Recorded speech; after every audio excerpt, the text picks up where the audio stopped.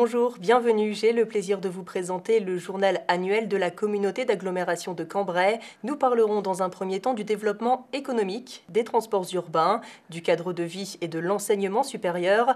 Et rentrons tout de suite dans le vif du sujet avec le parc d'activités Actipôle de la 2.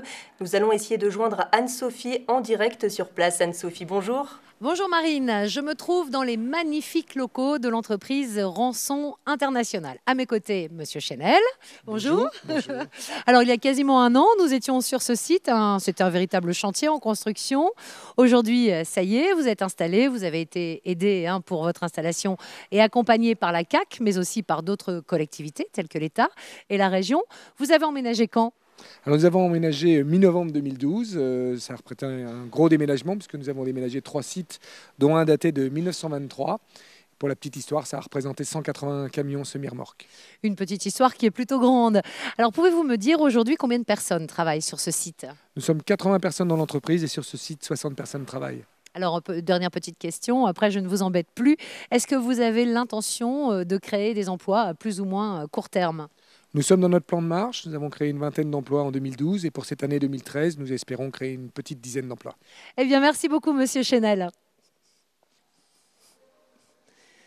J'en profite pour faire un point sur l'entreprise Fleury-Michon qui, après avoir formé ses salariés au sein de son groupe, a démarré son activité. Mais ça n'est pas la seule sur le site. Concernant 3M, un plan d'investissement en plusieurs étapes est programmé déjà cette année. Sur 3 ans, plus de 41 millions d'euros d'investissement sont prévus afin de créer une nouvelle unité de production innovante pour la fabrication de microsphères creuses. Ce projet a pour objet non seulement de maintenir les emplois sur le site, mais également de développer à terme 41 emplois. Au fait, Anne-Sophie, Actipôle est en passe d'afficher complet. Est-ce que ces entreprises ont besoin du très haut débit Internet ? Oui, tout à fait. Le très haut débit devient vraiment incontournable pour les entreprises. En effet, les flux d'informations via les réseaux deviennent plus grands. Alors, après une étude confiée au cabinet Solutions, les parcs d'activités Actipôle et Cambrai-Quentin-Près vont faire l'objet de travaux de génie civil en vue d'installer la fibre optique. Ces travaux vont débuter en 2013 pour une durée de 6 mois. L'investissement de la CAC est de l'ordre de 2 millions d'euros, en partie subventionné par les crédits CRSD, mais aussi par la région et l'Union européenne. Merci Anne-Sophie, à tout à l'heure. La coopérative Avenir Conseil Élevage va s'implanter à Cambrai.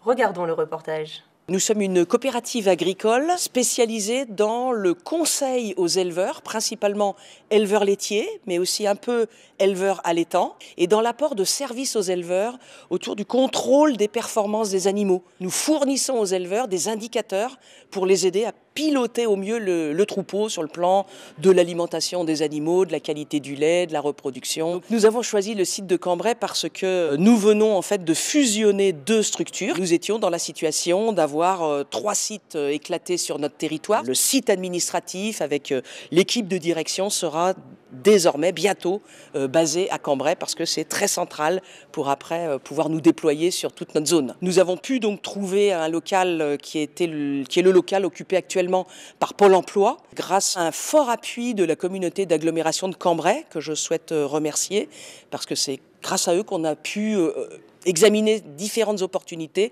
dont celle-ci que nous avons finalement retenue. Mais l'installation définitive dans nos locaux définitifs se fera, je pense, vers le mois entre juin et septembre 2013. Et maintenant, passons à l'aménagement du territoire. Faisons le point sur la zone commerciale de Cambrai-Sud-Proville, sur le parc d'activités du Val de Calvigny à Yvuy et sur le schéma d'aménagement du site de Nierny. Les explications en images. La communauté d'agglomération de Cambrai a engagé une réflexion sur l'extension du parc d'activités à vocation commerciale sur une surface de 18 hectares située sur les communes de Cambrai et de Rumilly en Cambrésis. Compte tenu de la complexité de la réalisation d'une telle opération d'aménagement, la CAC a choisi comme mode opérationnel la concession d'aménagement. La partie ouest du parc d'activités du Val de Calvigny d'Yvuy est devenue d'intérêt communautaire depuis juillet 2012. De plus, la CAC a acheté 19,5 hectares de terrain à vocation industrielle, logistique ou artisanale. Propriétaire du site de l'ancien aérodrome de Nierny, 310 hectares, la CAC, en partenariat avec les communes de Nierny et Serranville et Foranville, en concertation avec les services de l'État, a abouti récemment à un accord sur l'aménagement de cet espace. Ce projet d'envergure verra à terme le développement d'un parc photovoltaïque de 80 hectares, d'un golf de 55 hectares, le maintien des activités de loisirs aériens, le tout intégrant des espaces de préservation de fort intérêt écologique sur près de 40 hectares. Globalement, nous trouverons une continuité vivante environnementale de l'ordre de 90 hectares. Au travers de ce projet, la CAC reconquiert une friche militaire en mettant en valeur la relation privilégiée à l'environnement et au paysage rural. Poursuivons sur l'aménagement du territoire. Au-delà du parc photovoltaïque, un nouveau projet est à l'étude. En effet, une convention partenariale a été signée entre la CAC et Enertrag le 28 novembre dernier à l'Assemblée nationale dans le cadre de l'implantation d'une centrale de production d'hydrogène sur le territoire de la CAC. Pour en savoir plus, place au reportage.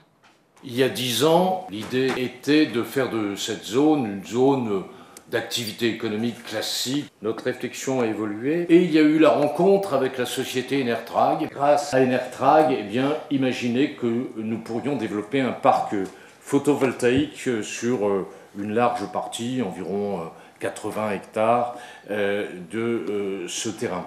Notre projet avance et nous avons bon espoir en 2014 voir ce parc photovoltaïque exister sur le territoire de Nierny. La société Enertrag nous a proposé d'améliorer le projet initial par l'adjonction d'une centrale à hydrogène. Cela donnerait à notre territoire une image nouvelle qui serait évidemment très valorisante pour notre territoire. L'hydrogène, en fait, a plusieurs possibilités en termes d'utilisation. Soit, comme nous l'avons déjà fait en Allemagne, on va utiliser cet hydrogène pour faire fonctionner des automobiles ou des bus. Donc c'est une première solution. Deuxième solution, on va réintroduire cet hydrogène produit dans des gazoducs de manière à ce que ça contribue à la production de gaz. Donc en fait, c'est un stockage d'énergie électrique qui peut être réutilisé en termes de production de chaleur ou d'utilisation pour les véhicules. On attend maintenant les permis pour une grande centrale photovoltaïque, mais malheureusement, le tarif est disparu. Donc il faut trouver des moyens. Notre approche, c'est d'intégrer l'aspect hydrogène, créer un projet innovatif pour faire avancer le projet ensemble. Toujours dans l'aménagement du territoire, faisons un tour d'horizon sur le site Polgar. La CAC a racheté les terrains propriétés de la SNCF et RFF situés à proximité de la gare ferroviaire de Cambrai, place Maurice Schumann, délimitée par la rue du Cambrésis, l'arrière des propriétés privées du boulevard Vauban jusqu'à l'intersection du pont Michelet. Cette emprise de 42 391 m² doit accueillir le pôle d'échange, des immeubles tertiaires dédiés à la formation, la halle de formation agroalimentaire et l'agence Pôle emploi en cours de construction. En route avec les transports urbains, la communauté d'agglomération de Cambrai a délégué à Vectalia la mission de service public des transports urbains au travers un marché de 8 ans entré en vigueur le 1er septembre 2012. Un nouveau réseau a été redessiné. Retrouvons sur place Anne-Sophie. Oui Marine, il faut savoir que les nouvelles lignes créées depuis le 7 janvier veillent à l'optimisation.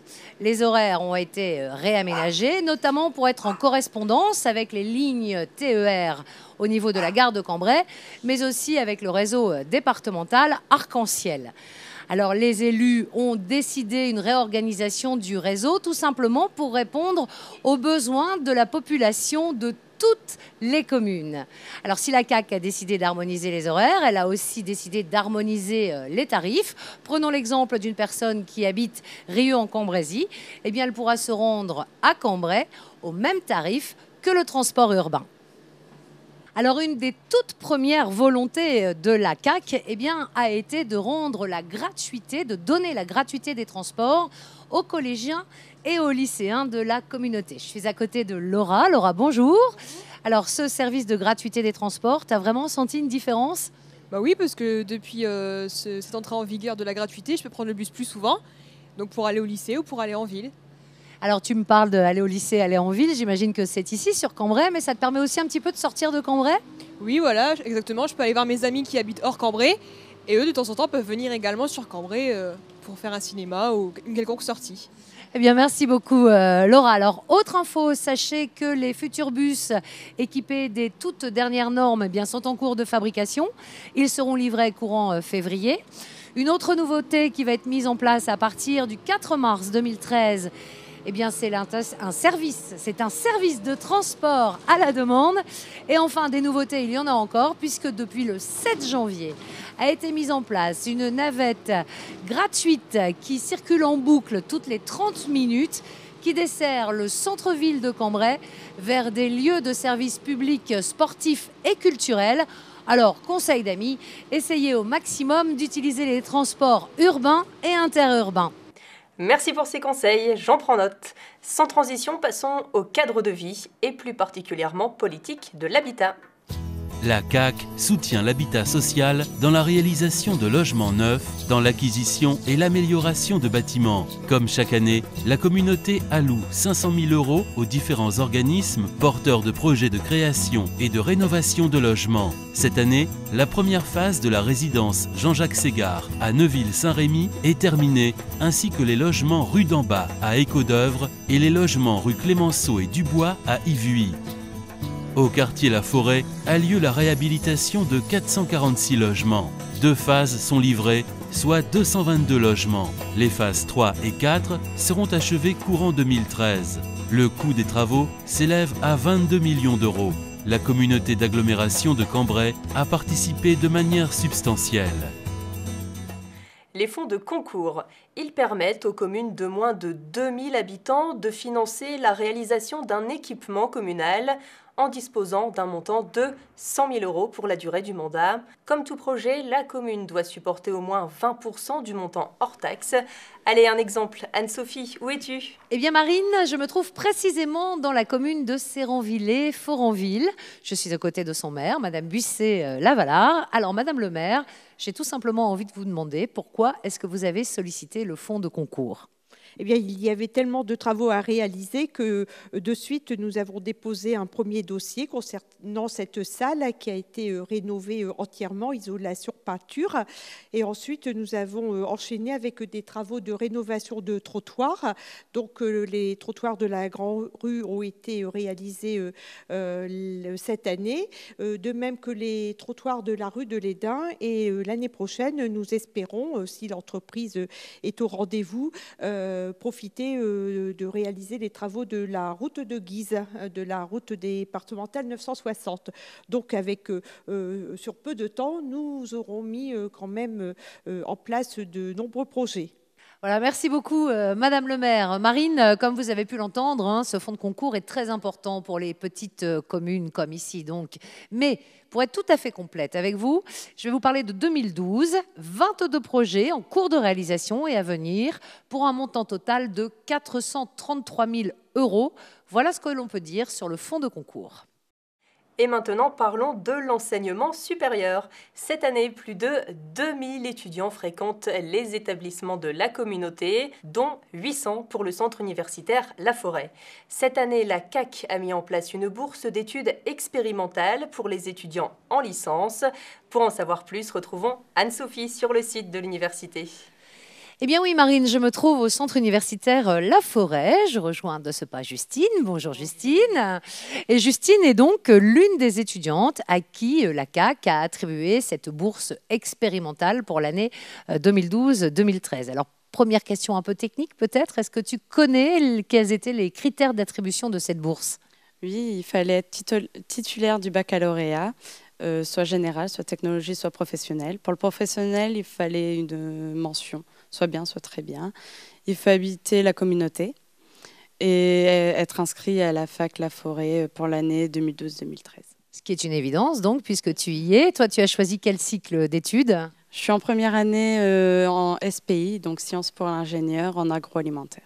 Bien, alors cette bourse, on le sait, est d'un montant de 400 €, si je ne me trompe pas, elle sera versée en 2 fois 200 €. Et alors, est-ce que pour des étudiants comme toi, eh bien, c'est vraiment important, une telle somme, une telle aide de la part de la CAC? Oui, c'est important. Déjà, les études, ça coûte un peu cher. Donc, moi, ils vont me servir à payer ma 2e année. Et pour certains, à payer leur loyer pour venir ici On le voit, hein. C'est une petite aide au quotidien. Puis alors toi, c'est important, j'aime bien ce que tu m'as dit, ça va te servir à mettre de côté pour inscription en deuxième année l'année prochaine. Voilà ce que l'on peut dire, Marine, sur cette bourse. Toujours dans l'enseignement, le lycée privé agricole Sainte-Croix s'est équipé pour la formation de ses élèves d'une nouvelle chaîne de fabrication de boulangerie-viennoiserie. Retrouvons sa directrice. Eh bien, je suis actuellement au lycée privé agricole Sainte-Croix. À mes côtés, Madame Denimal, la directrice de ce lycée.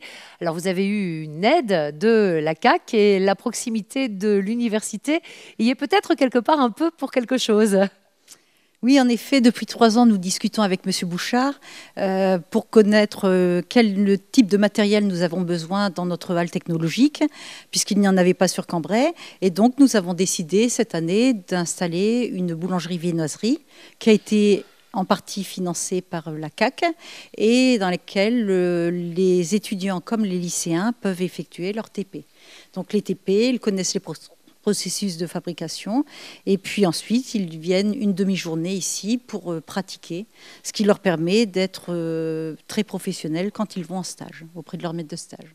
En effet, hein, c'est vrai que tous les jeunes ici du secteur qui viennent se former dans ces métiers-là, boulangerie, viennoiserie, eh bien, sont, je dois dire, tout de suite opérationnels parce qu'ils ont le bonheur et la chance de travailler sur des machines récentes. Voilà, Marine, je reviendrai au lycée Sainte-Croix quand les élèves seront en train de travailler en TP parce que je suis trop gourmande.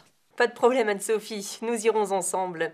Pour la suite, nous parlerons de la gestion des déchets, de la médiathèque, du conservatoire, des subventions, du nouveau siège de la CAC et de la nouvelle intercommunalité.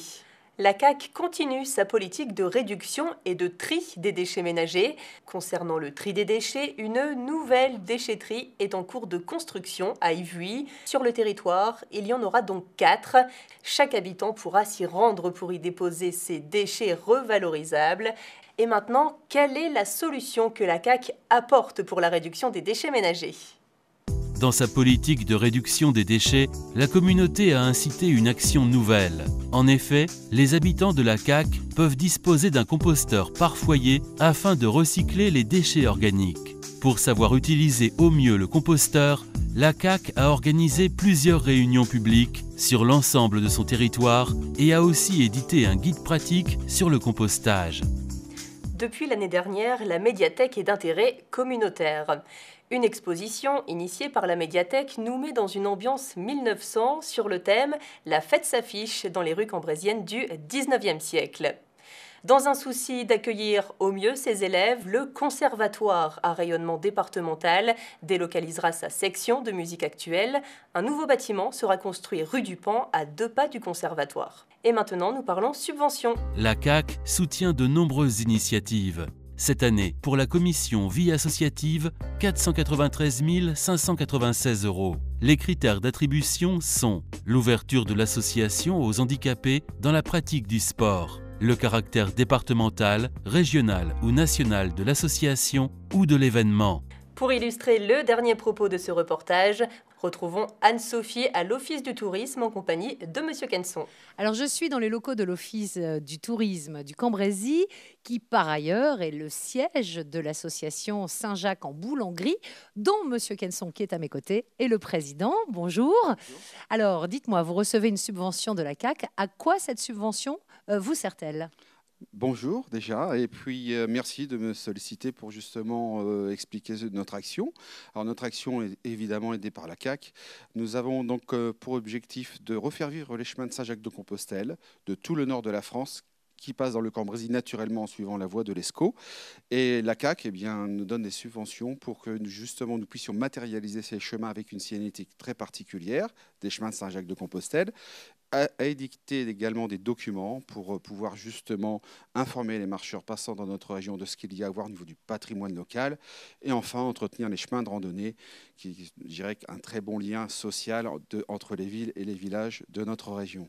Merci beaucoup, Monsieur Kenson. Petite info qui va vous intéresser, je n'en doute pas, puisque la CAC compte étendre son action à l'ensemble des chemins de randonnée de son territoire. La communauté s'étend territorialement et retrouvons Anne-Sophie dans ses nouveaux locaux. Les travaux du 3e étage sont terminés. L'ensemble du personnel s'est approprié son espace de travail. Alors, comme je vous l'avais dit l'année dernière, en 2013, la communauté s'agrandit. Et d'ailleurs, à l'heure où nous parlons, se déroule le conseil communautaire. Vous allez me suivre. Nous allons aller voir ce qui s'y passe. Il me revient l'honneur de présider le début de séance jusqu'à l'élection du nouveau président de notre Assemblée. Depuis le 1er janvier, un nouvel établissement public est né. Il est issu de la fusion intercommunale de la CAC avec les communautés de communes de Vinchy et de l'Enclave et les communes de Villers-Guilin et de Honnecourt-sur-Escaut. La nouvelle intercommunalité compte désormais 33 communes et 68 770 habitants. Un important travail en amont a été réalisé par les différents acteurs afin que cette nouvelle entité territoriale puisse voir le jour sans difficulté. Je proclame élu Antoine de Vévillin en qualité de président. Remercier les uns et les autres de votre confiance à laquelle évidemment je suis sensible. Maintenant, nous allons, à travers l'Assemblée, rechercher les visages des maires des 8 communes nouvellement intégrées. Commençons par l'Enclave. Nous avons Anne-Marie Duchemin, maire de Meuvre, Charles Caudrier, maire de Bourcy, et Pascal Montpac, maire de Douany. Ensuite, pour la communauté de communes de Vinchy, nous avons Gilbert Drin, maire de Crèvecœur-sur-Escaut, Jean-François Plateau, maire de Lédin, et Marcel Duchemin, maire de Les Rues des Vignes. Et pour terminer, nous avons pour la commune de Villers-Guilin Gérard Allard et Jean-Pierre Golobievski, maire de Honnecourt-sur-Escaut. Alors maintenant, nous allons laisser le conseil communautaire travailler. Marine, je te rends l'antenne. Merci Anne-Sophie. Comme on l'a vu, le territoire de l'agglomération de Cambrai est attractif et solidaire. La communauté fait de l'amélioration du service à la population une exigence et du développement économique sa priorité.